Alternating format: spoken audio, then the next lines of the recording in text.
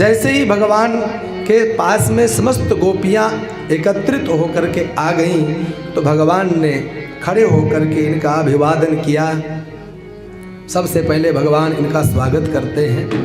स्वागतम वो महाभागा प्रिया किम करवाणि वः ब्रजस्या नामयं कश्चित् ब्रूतागमन कारणम्।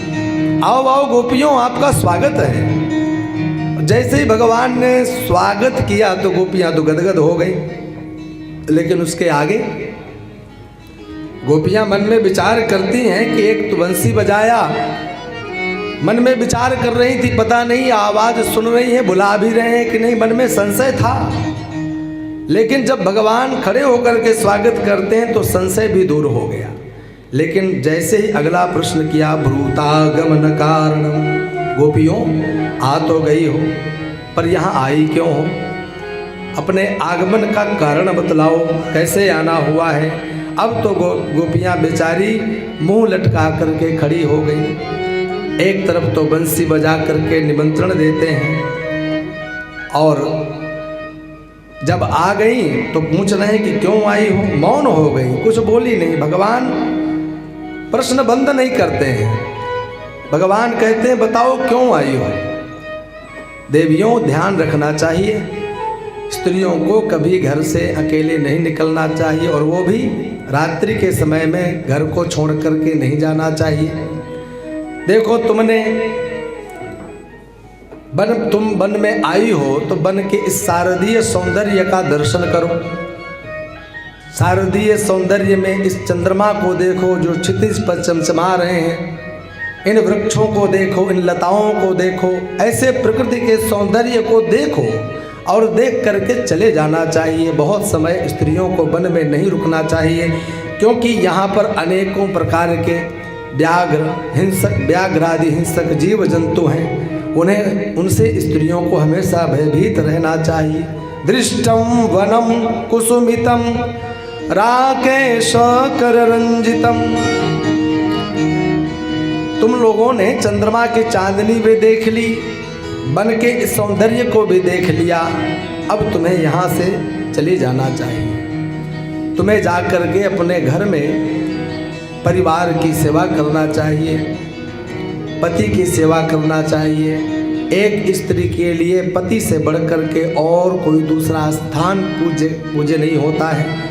अपने पति की ही हमेशा पूजन और उन्हीं का चिंतन करना चाहिए। पति भले ही क्रोधी हो, निर्धन हो, कोढ़ी हो, कैसा भी हो, पति स्त्री भिर्नांत या हातव्यो, पति का कभी भी स्त्रियों को अपमान नहीं करना चाहिए। अब तो भगवान कहते हैं कि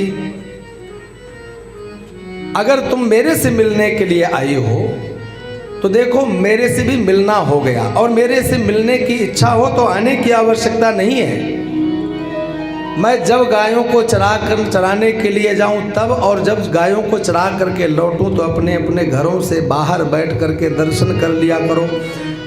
तुम कहो कि हम तुमसे प्रेम करती हैं, तो प्रेम में जब तक दूरी रहे तभी तक वह प्रेम वास्तव में प्रेम के रूप में रहता है, और जब समीपता होती है तब एक दूसरे की बुराई भी देखने लग जाते हैं। अति परिचयाद अवज्ञा, ज़्यादा परिचय हो जाने से कभी कभी महाराज एक दूसरे की अवज्ञा होने का भी खतरा होता है।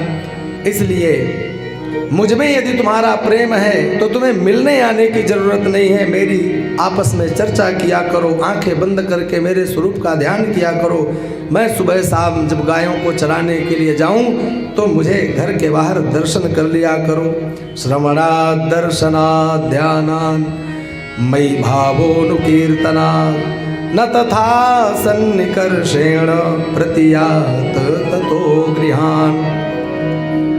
जब भगवान ने कह दिया कि तुम लोग लौट जाओ और यहाँ क्यों आई हो, तो गोपियाँ अधीर हो करके नेत्रों को भूमि की ओर देखते हुए गर्दन झुकाकर खड़ी हो गई और अपने पैर के अंगूठे से भूमि को कुरेदने लगी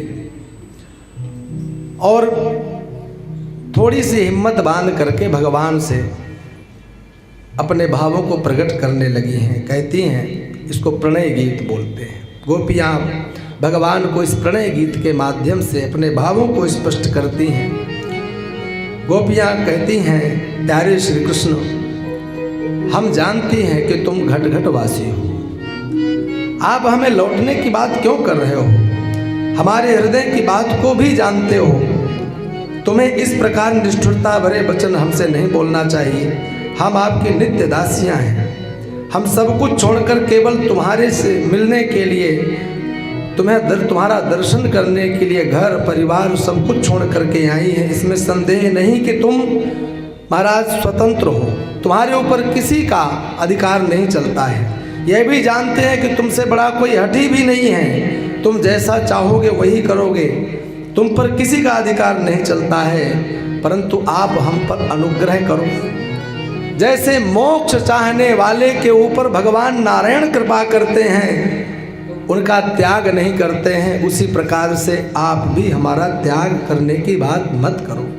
मयिवं विभोर्हति भवान गदितुं नृशंसं संत्यज्य सर्व विषयास्तव पादमूलम् भक्ता भजस्व दुरवग्रहमा त्यजास्मान् देवो यथादि पुरुषो भजते मुमुक्षून्।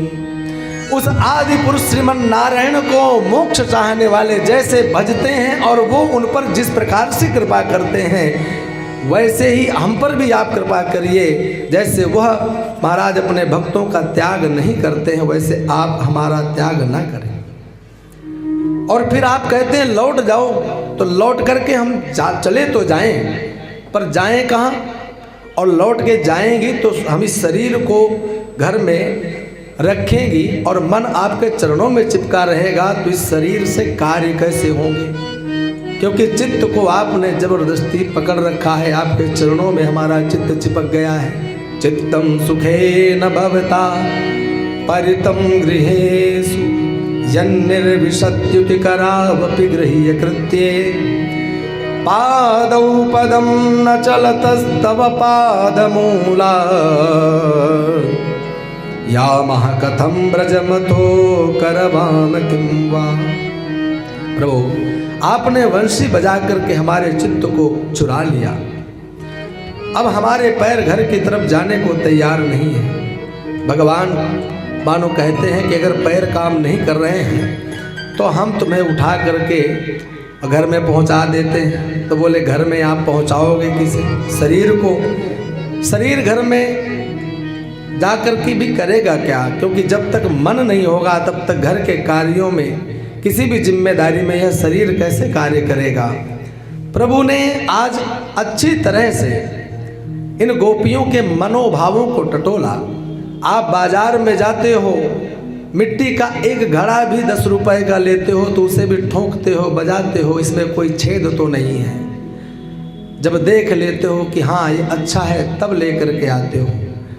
आज भगवान जिनको अपना कृपा पात्र बनाना चाहता है, भगवान जिनके प्रति अपना प्रेम प्रदान करना चाहते हैं, जिन गोपियों का जन्म जन्मांतर लोग शास्त्रों में लिखित प्रमाण देंगे कि प्रेम करना है तो उन गोपियों के समान करो। इन गोपियों के वस्तु स्थिति को भगवान कैसे नहीं देखेंगे? भगवान जिन्हें अपना दिव्य स्वरूप प्रदान करना चाहते हो, भगवान उन ब्रजांगनाओं के हृदय को टटोलते हैं, परीक्षण करते हैं, निरीक्षण करते हैं।